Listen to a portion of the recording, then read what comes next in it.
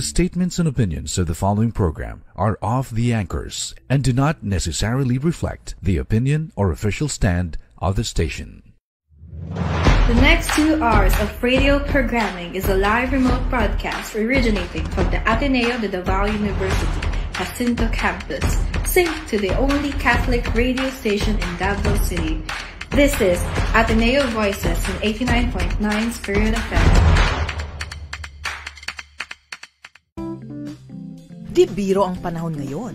Mahirap nang humanap ng trabaho at lalong-lalo na ang mag-umpisa ng sariling negosyo. Kaya, tara na! Talakayin natin ang iba't ibang mga oportunidad kung paano kumita at matuto ng bagong kasanayan o skills para makapagtrabaho o makapag-umpisa ng sariling negosyo. Ito po si Kumaring Jovi Castro at sabay-sabay tayo sa negosyo at pag-asenso tuwing Sabado, alas 10 ng umaga hanggang alas 12 ng tanghali sa Ateneo Voices. Dito lamang sa 89.9 Spirit FM. Hit after hit, Spirit FM.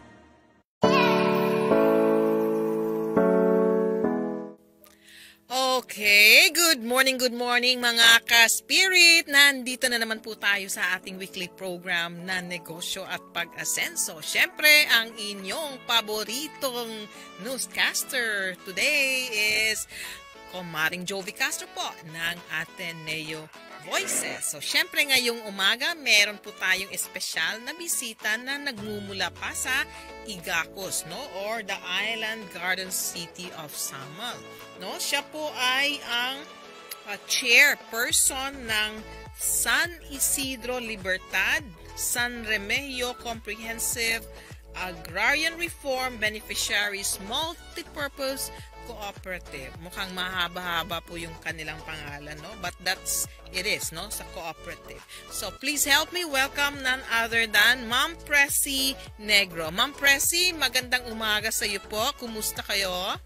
Okay lang po. Good morning din po, Ma'am Jog. Opo. So, it's nice to have you with us today, ma'am. And despite the short time for the invitation, ma'am, but you made it today para po sa inyong interview. So, simulan po natin, ma'am. Sino po ba si Ma'am Pressy Negro as the chair of the this your cooperative, ma'am? Kasi mahaba-habang SLSRC. So, tell us all about you, ma'am. When did you start as the chair of this cooperative? Okay po. I started, I was appointed as elected as board of director last 2018 po. Opo. So, hindi nagka-election for 3 years dahil po sa COVID. So, okay. Dapat yung yung term namin as board of director is 2 years. Okay. Pero naging 3 years po yung nagiging term since 2018 kasi nga 4 years complete kasi nga 2022 pa since 2018 nanalo ako 2018 pagka 2019 election ulit kasi by set yung set of officers namin. Opo. So supposedly 2020 is for election na ako. Ngayon, ang nangyari, nagka-COVID. So, it was extended for another 2 years. So, 2022 na kami nagka-election. Mm-hmm. So, the second time around na na-elect ako as board of director, I was again elected as chairperson last year, 2022. Okay. Tapos this year, kasi nga yearly yung election, so itong year na ito, I was again elected for the chairperson. Wow, so congratulations, ma'am. So talagang ikaw ang pinili ng grupo to become the leader. So let's look at the cooperative per se, ma'am. Ano po ba itong cooperative for? Yung cooperative namin is an agrarian reform cooperative. Ito po yung isang ERB means agrarian reform po. Na co-op. Isang malaking lupain po ito ng Fernandez Hermanos, tapos kinuha ng NIDAR. Mm-hmm. Tapos nakuha namin yung lupain way back 1992 po. Okay. So mag-ano na kami, malapit na ang tagal-tagal na po sa co-op na mo, pero hindi ganun pa rin kasi kami kasi nga agrarian reform yung mga ano kami mga magsasaka. Okay. Mostly dito niyog kasi talaga ang ano namin, ang aming produkto. Okay. How many members do you have right now po? We are having 531 MIGs po. Member in good standing. So meron ding bad standing. Meron po. Okay. So all of this are all owners of land with coconut. Yes po. Mhm. So this particular co-op, ma'am, has been in existence since 1992, sabi nyo. Yes, opo. Tapos since then, you only invite people with pieces of land ho ba? Or ano ba ang criteria? Ano kami, close type na cooperative kami. Hindi kami tumatanggap nung walang land occupation na galing sa Fernandez Hermanos. Ano, Parientes Hermanos, ma'am? Fernandez Hermanos po. Yung magkakapatid ng Fernandez. Sila ho yung may-ari ng lupa? Opo, sila po yung... Tapos lahat, only those people na nag-cultivate sa lupa ni Fernandez Hermanos, yun lang yung pwedeng magiging beneficiary sa that portion of land po. Yun na nga kaya close type kami na kooperatiba. I see. So, how many hectares of land was given to this CARP po? We are having 744 hectares po. Wow. From, yes. Dinistribute ng ilang tao so far, ma'am? So far kasi kasi nga sa tagal-tagal hindi pa rin na-survey. Just recently lang po na-survey, last March lang talaga kami na-survey. Okay. So from the beginning, so hindi pa namin talaga kasi meron din kasing mga actual occupants na declared as ARB sila pero hindi sila na-inscribe at the back of our titles. So we are having 596 ARBs na na-inscribe at the back of the title. Pero meron din kaming mga 7 ARBs na hindi pa na-inscribe at the back of the title. So, around 600 po. Parang mga 600 or 604. And each beneficiary, ma'am, has how many hectares? It depends po kung ilang yung current occupation nila, it depends kung gaano kalaki yung occupation niya as long as hindi sila susubra ng 3 hectares kasi hanggang 3 hectares lang talaga yung sa DAR na maibigay. I see. So right now, ma'am, maximum of 3 hectares yes each. Po, kasi nga sa agrarian reform hanggang 3 hectares lang talaga ang pwede po na ibigay sa bawat ERB. Agrarian reform beneficiary. So meron din pong nabibigyan ng isa or dalawa? Meron po. At saka, yes po. It depends po kung gaano kalaki yung actual occupation niya during the period na ibinigay yung lupain sa amin po. Ito bang land na ito, ma'am? Dati, wala talaga itong tanim-tanim or something, barren or ano ba? Bakit na-occupy ito ng iba? Yung iba, may mga tanim na sa Fernandez Hermanos kasi nga yung business talaga ng Fernandez Hermanos sa lupain na ito is coconut po. Cupra po. Oo. So may mga existing coconuts na before Fernandez Hermanos pa may mga coconuts. Pero ngayon mas marami kasi nga nagtatanim pa po din kami. Okay. So what was the benefit of the beneficiaries, ma'am, having gotten 1 to 2 to 3 hectares of this piece of land? Malaki po bang naitulong ito sa mga beneficiaries? Opo, kasi kami na po ang nagha-harvest ng mga coconuts namin. Since when pa po yung umpisa ng pag-distribute ng land? Actually, 1992 it was awarded talaga na naging sa amin na yung yung lupain. Kaya lang po yung titling po ay hindi pa hanggang ngayon na distribute individually sa amin.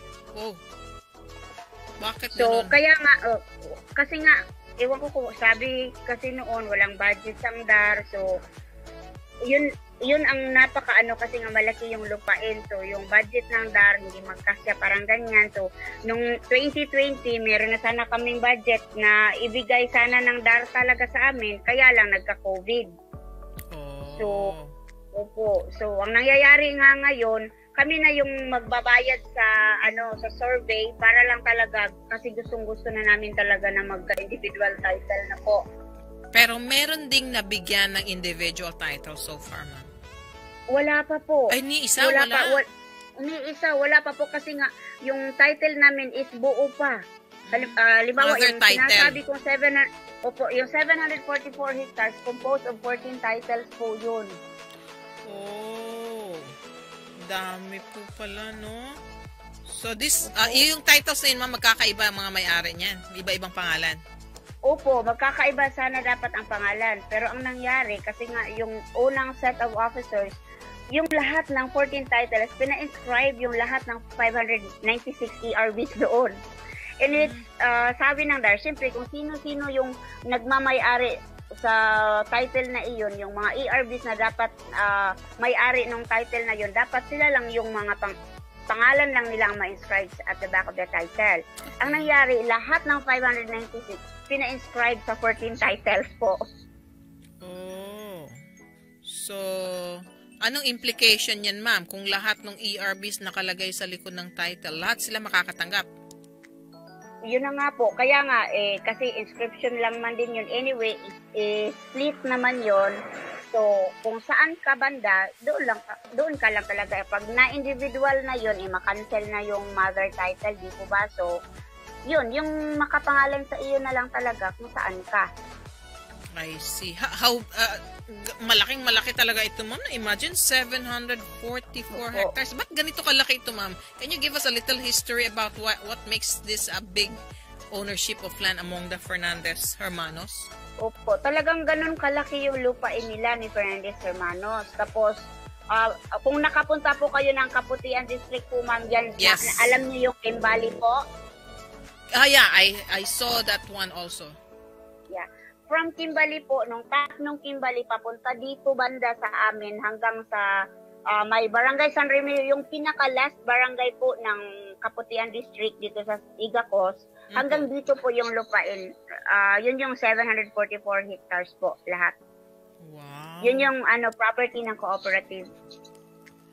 Wow. Kasama na po talaga yung white sand. Opo. Ay, pero yung white side ng Kaputian mismo, hindi kasama yun. Nag-start lang po kasi yung lupa ni Fernandez Hermanos, dyan nag-start sa Kimbali, papunta dito. So, yung Kimbali na yan, that is the retention sa ears ni Fernandez Hermanos. Retention kanila yon. So nasa na pala itong Fernandez Hermanos na ito, ma'am? Nandun lang yata sa Davao. Mga anak na lang yata yung mga yung buhay pa. So, itong dinistribute po, ma'am, ng CARP, ma'am, was this bought to them? Yeah. Supposedly, ganito kasi yan. Di ba kami, inarkilahan ng 250 hectares. Alam mo yung Ikran Berhad, yung kasama kasi ng resort po, ma'am. Yes. Yan po, property namin yun na nirenta ni DOT PTA. Na 250 hectares. Pinasa-bless nila doon kay Ikran Berhad. Oh. So, may pera kami noon na renta nila, gawa ng binayaran kami ng buo sa renta for 50 years ni DOT-PTA. So, ang nangyari, yung pera namin, supposedly si Landbank ang magbabayad, di po ba, sa landowner. Opo. Ang nangyari, kami na po directly ang nagbayad kay landowner, so wala nang participation si Landbank sa amin. So, bayad na kami sa landowner po. Na kami mismo ang kooperatiba ang nagbayad sa kanila. I see. Okay, masalimuot na. Pero hindi naman natuloy yung Berhad, ma'am, ano? Hindi po. Pero yung existing pa po yung kontrata namin na 50 years. So, yun yung pinaka-problema po namin. Kasi nga, hindi na sila yung napabayaan na yung lupain, yung mga kasama naming mga nagmamay-ari doon sa 250 hectares na nirenta nila, pinapaalis, diba, for the project. Ngayon, ang nila sa amin, nabibigyan kami ng mga trabaho para may hanap buhay kasi nga yung mga farm nila, inoccupy na, nirentahan na. So, wala. Yun ang namin, isa din sa problema namin. Okay. Na, 28 years na po yung renta. Okay. Sige ma'am, pag-uusapan natin konti ang challenges ninyo as far as the occupation of the 744 hectares is concerned, ma'am. So mag-break muna tayo, ma'am, ha? Sandali lang. So magbabalik po tayo sa ating talakayan dito sa negosyo at pag-asenso pagkatapos lamang po na ilang paalala mula sa 89.9 Spirit FM.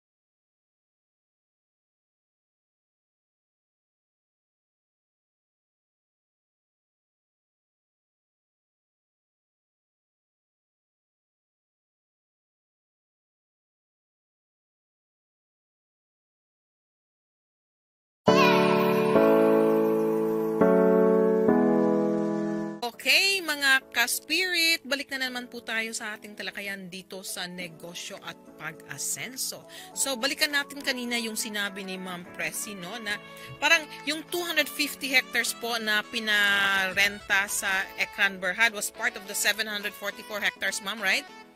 Yes po. Oo, so hanggang ngayon, ilang taon na ba yon? Ilang taon na ho ba yung before nag-start yung Ekran until 50 years? When do you expect to finish it, sana? We started 1994 po, so 50 years after that, 1994. So less than 6, so 44. Yeah, we are having 22 more years pa po. Yun na nga po, 1944 talaga, no? 23. 19, whatever, no? 44, 45. So, 44. So, ano pa rin po pala? Still in force pa rin yung ano na yun? Yung kontrata. Yung kontrata. So, pero wala naman pong Ekran. So, anong mangyayari doon? Nagbabayad pa rin po sila? Hindi na. Yun na nga po ang dyan, ang problema namin. Kasi kami binayaran ni DOT-PCA in full for 50 years. Oh. Pero ang alam namin, yung narinig lang namin, hindi nagbabayad si Ekran sa DOT. So kasi nga hindi na sila nag-operate. Opo.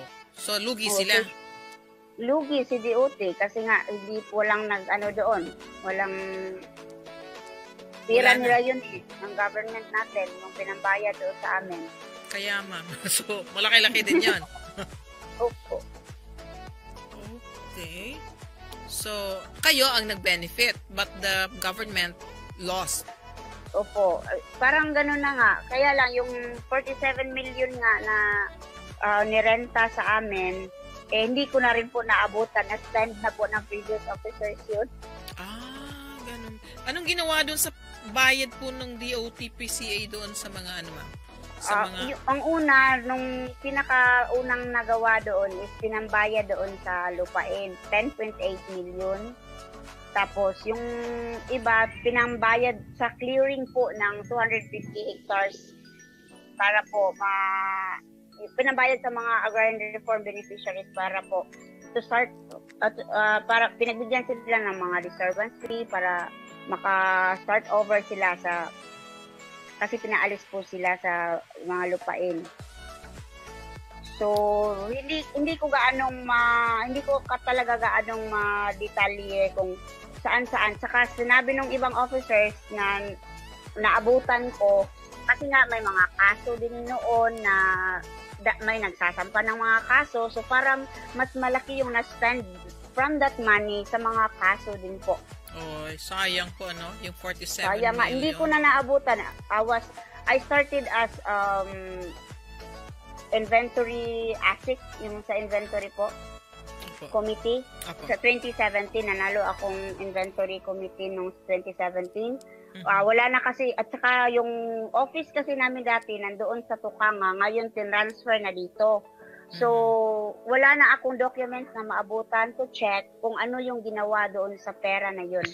Talaga. So, sa 744, ma'am, less na yung 250 doon. So, hindi yun mahahawakan muna hanggang 2045, ganon. Oh, yung 250 of that 744 hectares, hindi pa muna namin pwedeng galawin hanggat hindi po na yung Clear. kontrata. We are planning also na anuhin namin yung kontrata, ipawalang visa kasi nga yung mga kawawa yung mga ARVs na nagmamayari doon, Kaya, yung iba namatay na. Ilan hong may-ari ng mga ERBs doon sa 250? Marami-rami din. Marami-rami din, more than 100 po. 100 po katao. Okay, wow. Napakalaki palang issue dyan, ma'am. Akala ko, yan, simpleng mga problema. Nako. So that's one of the big problems that you have being, sabihin nating, beneficiaries nitong agrarian. So, aside from that, ma'am, wala ka namang magagawa doon. Ano po ang hubang mga challenges meron pa ho yung mga ERBs, no? Ng 744 hectares right now. Opo. Sa ngayon po, yung namin, siyempre may mga coconuts po kami. Opo. Tapos, yung may mga, we are buying coconuts po. We are planning na, nung una kasi, bumibili kami ng mga coconuts. Tapos, na-stop yun kasi nga yung pinaka-person na itinalaga doon na mag-manage, parang hindi na so nag-stop ang cooperative na magbili. So ngayon, nagpagawa na kami ng warehouse po kasi nga, magbili na kami ulit ng mga niyog. Anong gagawin po sa nyog, ma'am? Sa ngayon, mag-copra muna kami, pero sana po, itong si Sir na nagpunta sa amin dito, kasi nga may mga food processing tayo na galing sa niyog. Okay. So yun, malaking tulong sa amin yun pag nag-prosper yun. I see. So, gaano po itong warehouse, ma'am, para, lalagyan ng mga copra, tawag doon? Coconut. Opo. So, how much is the coconut that you buy from your members? Malaki-laki rin kasi nga, malaki rin naman ang lupain namin. Sa ngayon kasi nagbibinta pa sila sa ibang mga, mga nagbumibili. Pagkatapos, pag kami na pag ang co-op ay bibili na ng niyog, dapat kasi nasa articles and bylaws namin na dapat dito sila sa kooperatiba magbinta. Okay. So sa ngayon, hindi pa kami nakapag-start ng panibago kasi pinapagawa pa namin ng warehouse namin. Pero sa Cupra pa muna ito kasi may offer din itong si Sir na pumunta sa akin yun ng invite na gagawa ng mga mag-process ng food from coconuts.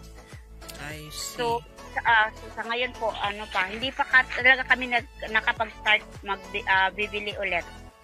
I see. Pero so far ngayon, ma'am, everything is meant for copra. Yes po, sa ngayon. Copra pa muna kami kasi nga hindi pa naman gaano na-establish. Pero daw, sabi ni Sir, tutulungan niya kami para doon sa food processing na gagawin. Wow.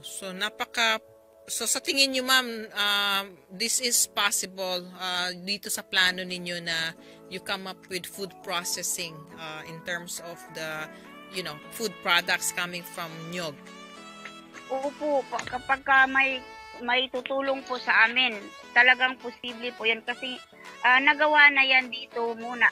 Itong katabing co-op namin, ang ginawa nila, kopra lang sila pero nag-process din sila ng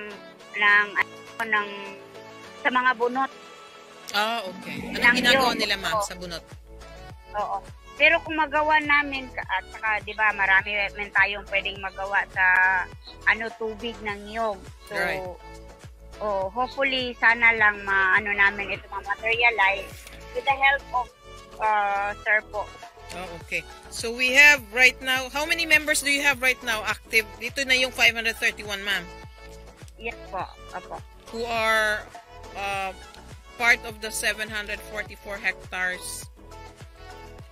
Itong 531, one person per ito mama no? Per family?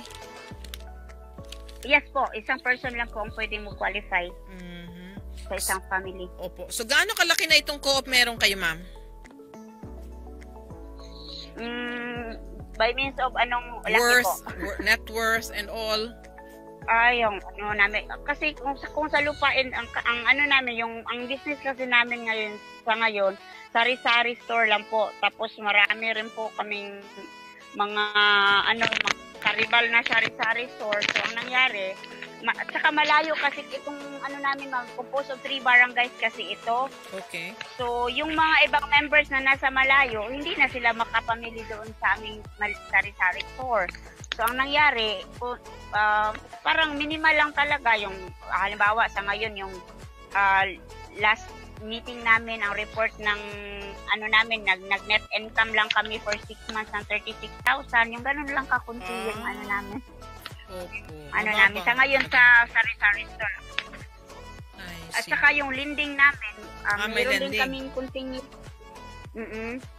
yun yung namin, progressive namin. Okay. Ang lang kasi dito, ma'am, this is a close cooperative, ma'am. So, kayo lang talaga dapat ang nito. Ang gagawa ng paraan, no? Paano ninyo i-turn itong copra to becoming food products and even non-food, no? Very, ngayon, very many types of products. So, in other words, ma'am, ano pa po ang plano ninyo aside from the fact that you are buying coconut for copra, you buy coconut for may iba pa ba kayong ginagawa now, ma'am, with the copra, uling, may mga ganon? Opo, kapag mag-copra po, uling talaga kasama yan, ma'am, kasi nga sa coconut shell, ginagawa talagang uling yan. Okay. And then, of course, you have your sari-sari store and lending within the members. Opo. So, aside from that is, as you said, you are trying to look for the possibility of coming up with, yun na nga, mga iba't ibang. Alam niyo ma, ang Samal is napakarami pong tourists, di ba? Napakagandang sana. Opo. Destination po, oo. Destination. So, pati yan dyan banda sa may Kaputian, ma'am, that's also part of that carp thing, ma'am, no? Yung papunta yung white sand. Kasama po kayo dyan? Opo. Oo, yung makikita nyo po na after sa Kaputian Beach Park, hindi sa amin yun. After Kimbali, pag may white sand na kayong makikita after ng Kimbali, simula doon papunta rito sa Barangay San Remigio, sa kooperatiba na po yun. So, that area, ma'am, kayo din po ang nagde-develop right now, yung area na yan, yung after Kimbali? Yung iba kasi dyan ang nangyayari po kasi dyan sa may, to be honest po, sa may Ekran Berhad yung sa nirintahan. Opo. Kasi yung mga dyan, yung mga farm lot owner kasi napabayaan na ni Ekran. So yung mga original farm lot owner dyan, yung iba kasi sa kanila, may mga negosyante rin na binibili yung lupain nila kahit hindi pa po pwede. Oy. So yung iba, may nag-operate na nga yan dyan ngayon na nila, dinevelop nila, pero sabi nga ni Dar, they are buying at their own risk. Yeah. Kasi nga, hindi na dumaan sa cooperative yung nila walang kinalaman, nagbintahan lang sila ng sila lang. Kaya nga. So yung dinevelop nila. Hindi pa malinis yung title. Opo. Tapos po, yung kinasuhan na rin ni Ekran Berhad yung iba dyan at saka may TRO na rin existing yung iba dyan. Ay, ganun. Talagang active pa pala rin po. Ekran Berhad is, ho yan, no? Malaysia ba yan? Or? Malaysian company po. Malaysian company po. Owned by Mr. Michael Ting. C? SY? Michael Ting raw po. Teng. Opo. So, Malaysian ho ito. Oo po, Malaysian company po. Ay, sayang po, no? Ba't kaya hindi natuloy ito, ma'am? Sabi po kasi nung una na, kasi hindi pa ganito yung road namin po, kaya accessible. So, wala pang parts yata na nag-transport that time ng mga cars mula Davao City papunta rito. Saka yung road hindi pa cemented. Ito yung road, ma'am, ito na yung circumferential road. So, hindi pa siya, wala pang maayos na road po. So, hindi pa siya accessible for the guests. Yung lang nila, means of transportation lang nila is yung lansa mula Santa Ana Wharf papunta sa kanila. In which, parang kinulang yata yung kinita sa cost of operation. Ayun, nalugi. Kaya naman pala. So anyway, no, so at least naman kahit papano ay you're still part of the, kahit papano nung CARP, no. Yun nga lang, kailangan pang i-clear, no. Imagine 50 years, no. Matagal-tagal pa. Pero ma'am, pwedeng ma-occupy na po yung land ng mga beneficiaries kahit na hindi pa po clear sa ekran, hindi pwede. Yun, sana ni-request nga sana namin yan kasi nga yung ng legal counsel ng Ikran Berhad dito sa Pilipinas, si Attorney Ligaspina. So nung una kasi ang gumagawa ng kopra doon sa 250 hectares under our supervision ng co-op. Pero simula nung yung Ikran Berhad hindi nagbayad sa city government sa taxes nila, so umapila sa city government na sila muna ang magkopra para mabayaran naman yung taxes ni Ikran. Diyan sa dinevelop nilang 18 hectares na initial. So ang ginawa, si city government na ngayon ang nagkopra. Sabi ng city government, parang kasi nga siyempre mahal ang magpa-harvest ng coconut. Oo. Labor. Lugi rin daw sila sa labor. So yung marimit is malugi doon sa labor cost. So iniwanan na ni city government. So sa ngayon, iba na rin kung sino-sino na lang ang kumukuha din sa mga niyog. Yung mga original farmland owner, gusto nilang sila na lang ang mag-harvest. Yun yung namin, request pa namin sa kanila na kung pwede ibalik sa amin yung pag-harvest ng mga coconuts dyan. Oo, ma'am. You should be the one to do that, being the chairperson, no? Kasi alam nga namang iba ang magha-harvest nun, hindi naman kanila. O iniwan naman kayo pala ng gobyerno. So, you have the right to request for your probably, no? Sayang din. Opo, yeah. Gagawin na namin yan as soon as possible po. Kasi kawawa naman din yung mga landowner na sa kanila yung mga coconut. Opo. Yeah. Okay, sige ma'am. Break muna po tayo, no? So, let's have our 2-minute break. Magbabalik po kami sa aming talakayan dito sa Negosyo at Pag-asenso pagkatapos lamang po ng ilang paalala mula sa 89.9 Spirit FM.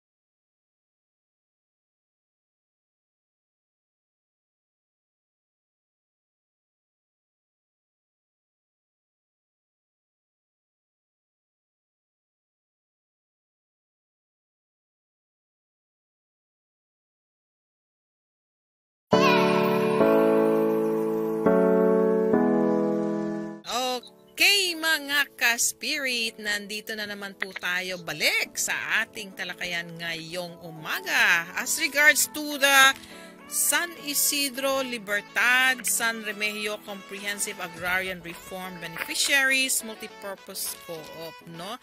Ito'y napakalaking grupo, no? Because they are a close cooperative whose ownership para bang it is coming from the Fernandez Hermanos pa since 1992, no?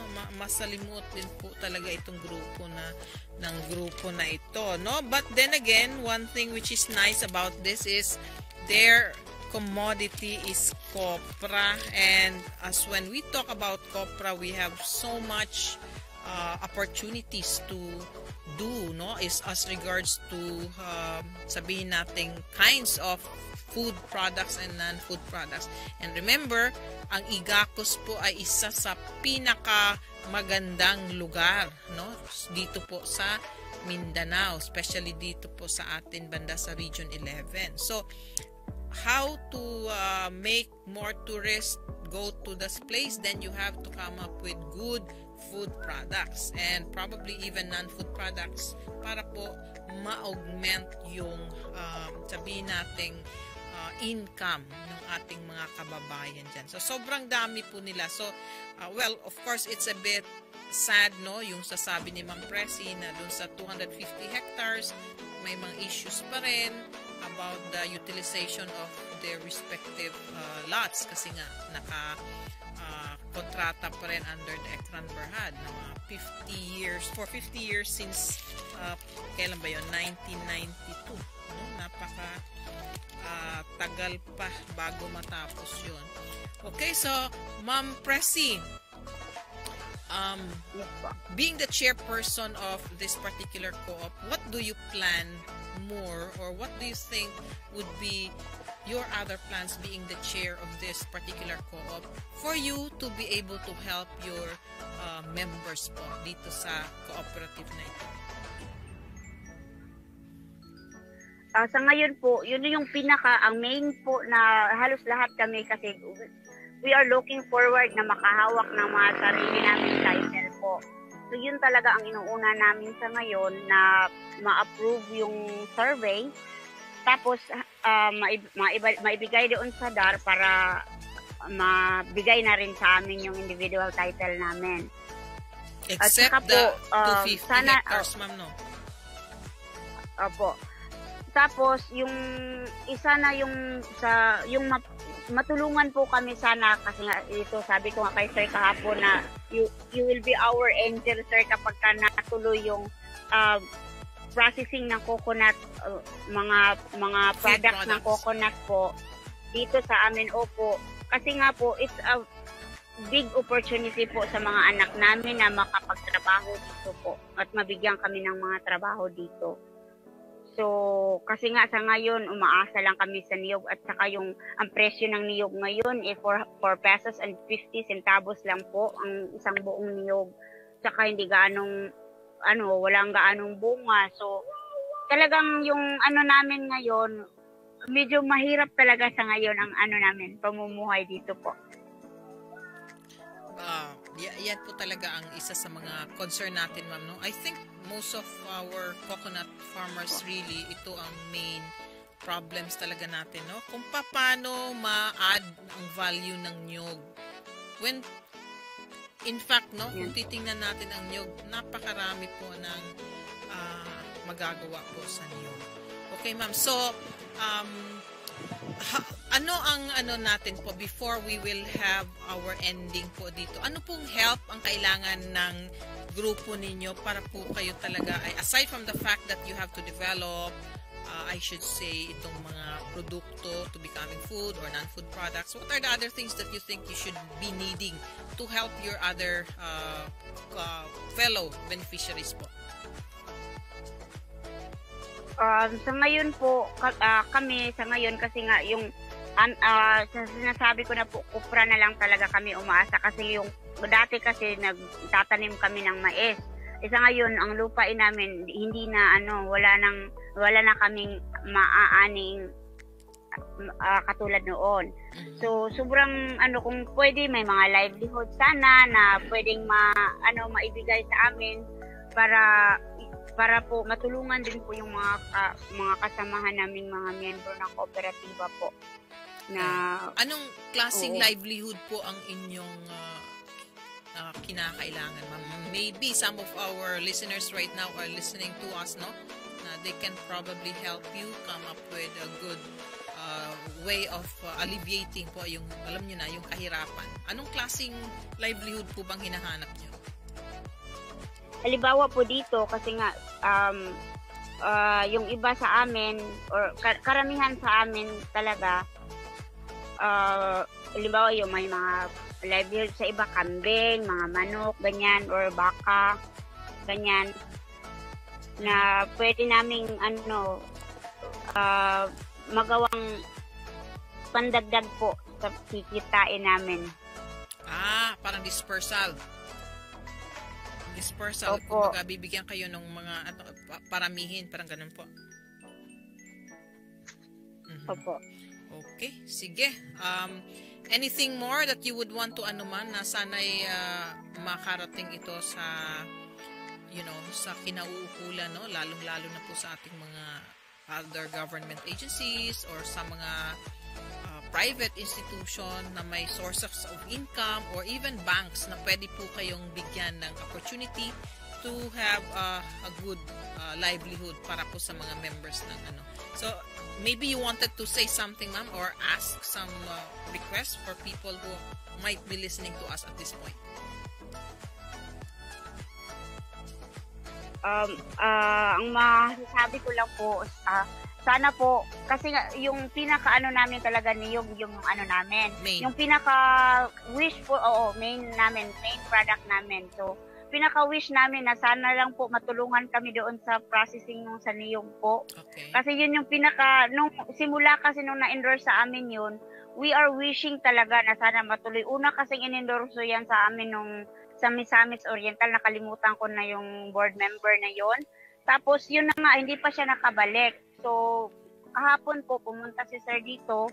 So, kami kaagad. So, sana lang, yun, isang napakalaking talaga yun po magkatotoo para po magkatrabaho ang mga namin, mga ERBs namin na pwede pang magtrabaho. Kung hindi man yung mga ERB namin, yung mga anak nila, malaking tulong po. We're looking forward for it po talaga doon sa processing niyo po. Ayun.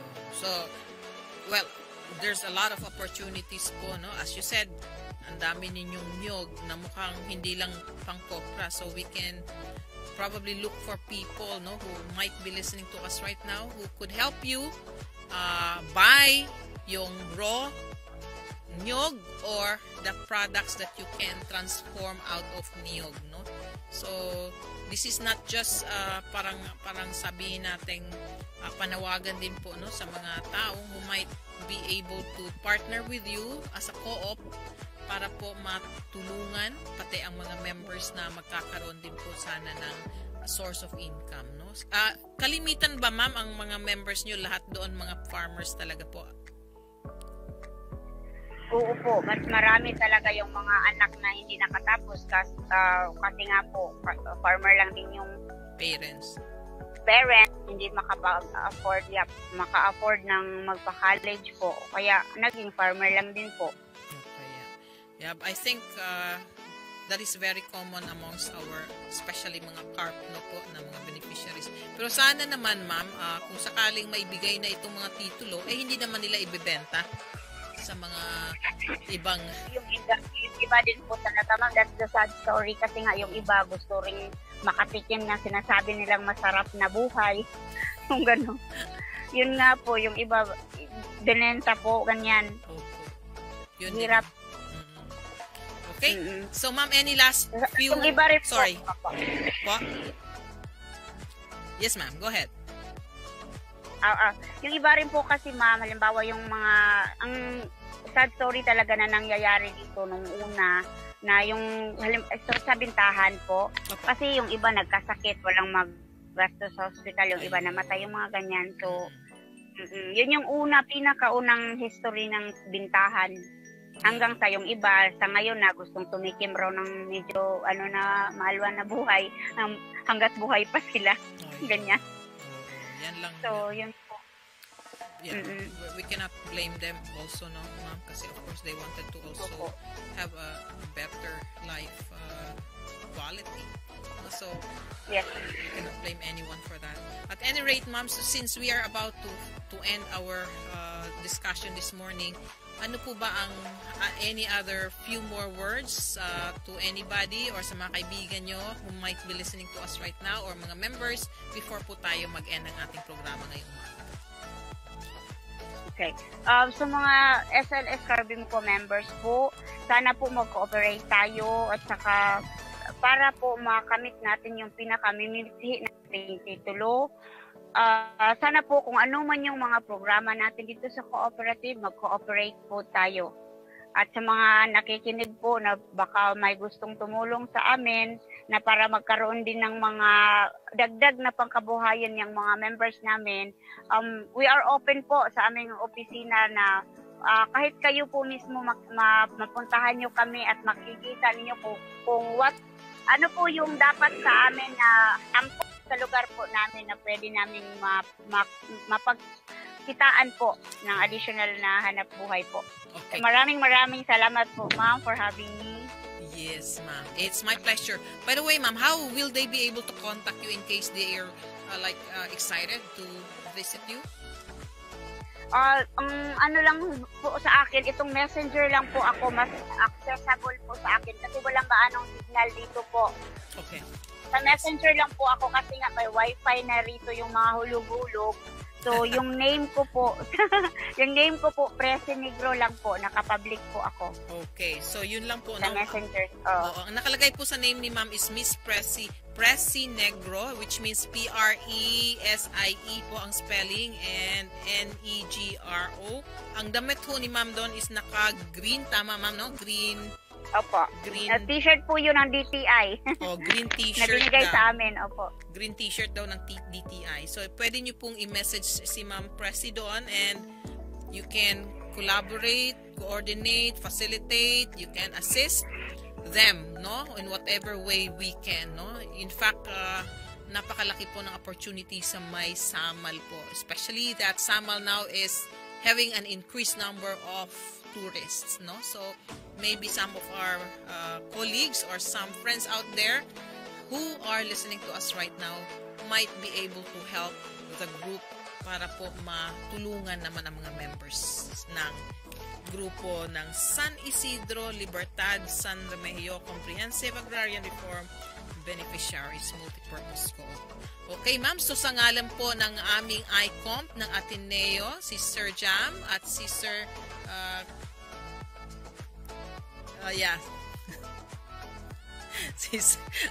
nakalimutan ko.